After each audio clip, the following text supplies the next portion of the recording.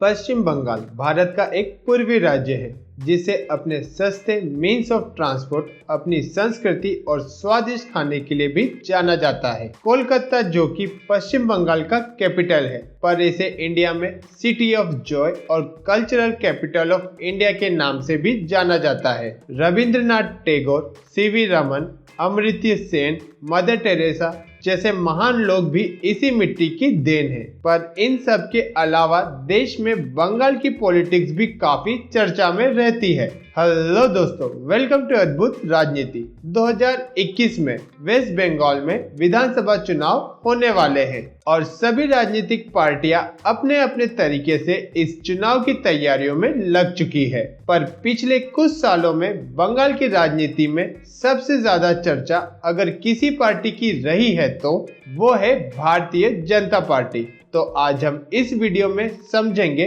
BJP का mission Bengal. इस election में बीजेपी के प्रमुख मुद्दे हिंदुत्व, राष्ट्रवाद और करप्शन पर ममता सरकार को घेर कर बंगाल में पहली बार अपनी सरकार बनाना है।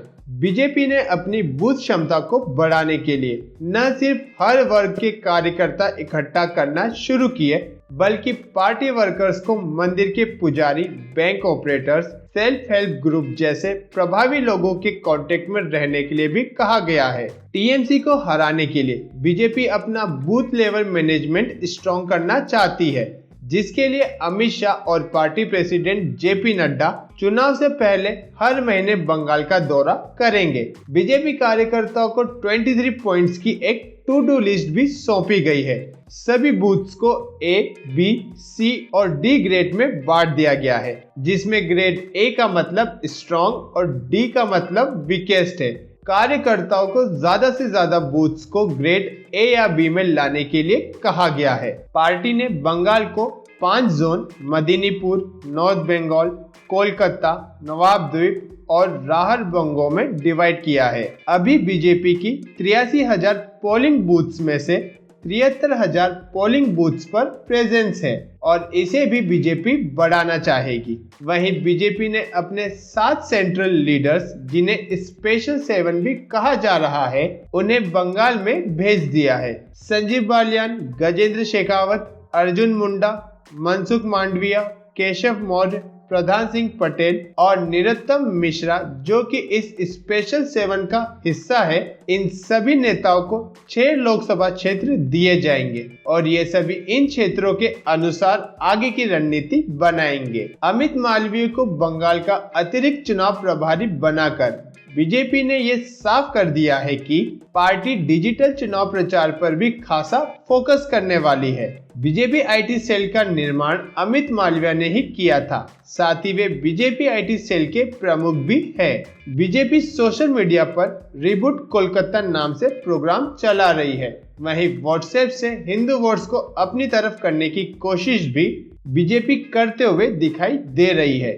बीजेपी के स्लोगन्स जैसे परिवर्तन और बीजेपी आमार परिवार भी खुद को बंगाल से जोड़ने की कोशिश है।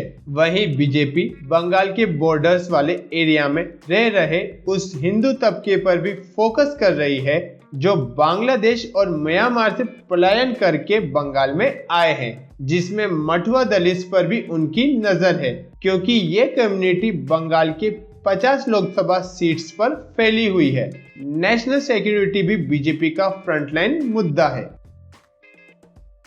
यूं तो बीजेपी 1982 से ही बंगाल की इलेक्शन लड़ते हुए आ रही है, पर 2019 के लोकसभा से पहले तक बीजेपी का बंगाल में वर्चस्व काफी कमजोर था, क्योंकि बंगाल शुरू से ही एक लेफ्ट सेंटर्ड राज्य रहा है, जिसमें 35 साल तक सीपीआईएम की सरकार थी। पर 2011 में टीएमसी ने सीपीआईएम के किले को ध्वस्त करते हुए बंगाल में अपनी सरकार की नींव रखी। 2014 के लोकसभा चुनाव में जहां बीजेपी देश की सबसे बड़ी पार्टी बनी, वहीं बंगाल में भी बीजेपी लगातार अपने पांव पसार रही थी।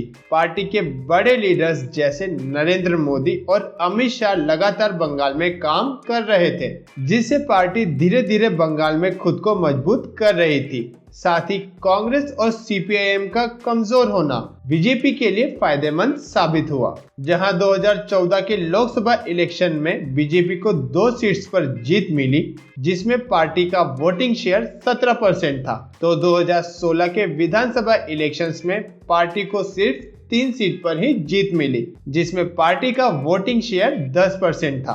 पर 2019 के लोकसभा इलेक्शन में बीजेपी को एक बड़ी सफलता मिली, जहां उसने 18 सीट्स जीती और उसका वोटिंग शेयर भी 40% हो गया। लोकसभा इलेक्शंस की जीत बताती है कि अब विधानसभा चुनाव में बीजेपी प्रमुख विपक्ष की स्थिति में आ चुकी है और अब ये चुनाव सीधा सीधा टीएमसी और बीजेपी के बीच लड़ा जाएगा। वहीं पार्टी का मेन फोकस हिंदू वोट्स के साथ साथ बंगाल के बॉर्डर वाले जिलों पर भी है। वहीं असदुद्दीन ओवैसी के बंगाल में चुनाव लड़ने से बीजेपी को फायदा हो सकता है, जिससे अल्पसंख्यक वोट टीएमसी, एआईएमआईएम, सीपीआईएम और कांग्रेस में बढ़ सकता है। बीजेपी के लिए बंगाल में अपनी पहली सरकार बनाना इतना आसान नहीं है।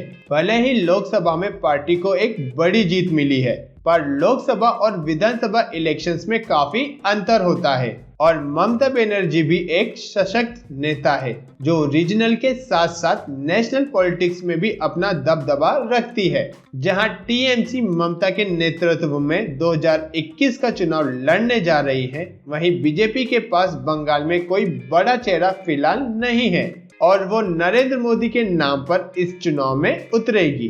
ममता बनर्जी को चुनावी रणनीति बनाने में इलेक्शन स्ट्रेटेजिस्ट प्रशांत किशोर उर्फ पीके मदद कर रहे हैं, जो कि अपनी रणनीति से 2014 में बीजेपी, 2015 में जेडीयू और 2019 में आप को सत्ता की चाबी दिला चुके हैं और पीके बीजेपी के लिए एक बड़ी चुनौती है। वहीं ममता बनर्जी ने बीजेपी के नेताओं को भारी बताकर एक जोरदार हमला बीजेपी पर किया है। वहीं बीजेपी सूबे की हिंदू जनसंख्या को ज्यादा से ज्यादा अपने तरफ करने की कोशिश में है, तो टीएमसी के पास न सिर्फ हिंदू पर मुस्लिम वोट की भी एक अच्छी तादाद है और 2016 के चुनाव में ममता बनर्जी को 90% मुस्लिम वोट मिले थे। एक बड़ा चैलेंज बीजेपी के लिए यह है कि बंगाल में मुकाबला बीजेपी, टीएमसी और कांग्रेस सीपीआईएम के गठबंधन के बीच है, पर टीएमसी और कांग्रेस सीपीआईएम अलग अलग चुनाव लड़ने के बावजूद बीजेपी को ही अपना मेन टारगेट बता रहे हैं, जो कि बीजेपी के लिए एक चिंता की बात है। जहां बीजेपी इस चुनाव को बंगाल की अस्मिता से जोड़ रही है, तो बाकी पार्टी इसे स्टेट वर्सेस सेंटर बनाकर अपनी पकड़ मजबूत कर रहे हैं। बंगाल को जीतने के लिए न सिर्फ सभी दल जीतोड़ मेहनत कर रहे हैं, पर वहां पर राजनीतिक हिंसा भी अपने चरम पर है, जो कि बंगाल की राजनीति का एक काला सच है।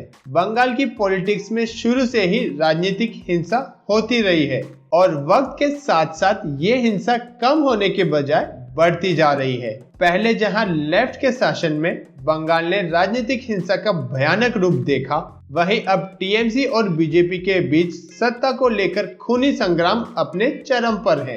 राजनीतिक पार्टियां सत्ता के लिए हिंसा करने के लिए भी पीछे नहीं हट रही, जिसकी वजह से राज्य में न सिर्फ अस्थिरता बनती है, बल्कि इस शोर शराबे में आम आदमी के मुद्दे कहीं पीछे छूट जाते हैं। इस चुनाव में जहां टीएमसी ममता बनर्जी को एक सफल सीएम की तरह प्रोजेक्ट कर रही है, वहीं बीजेपी ममता के करप्शन और एंटी इनकम्बेंसी को ढाल बना रही है। इस बार बंगाल के चुनाव में असदुद्दीन ओवैसी की एंट्री भी काफी मायने रखती है और ये ममता के लिए परेशानी की वजह है। वहीं कांग्रेस और सीपीआईएम दोनों गठबंधन करके बंगाल में अपनी बची कुची जमीन पर काबिज रहना चाहती है। सो फ्रेंड्स, ये था आज का video. If you like the video, please hit like button, share it and please subscribe to my channel.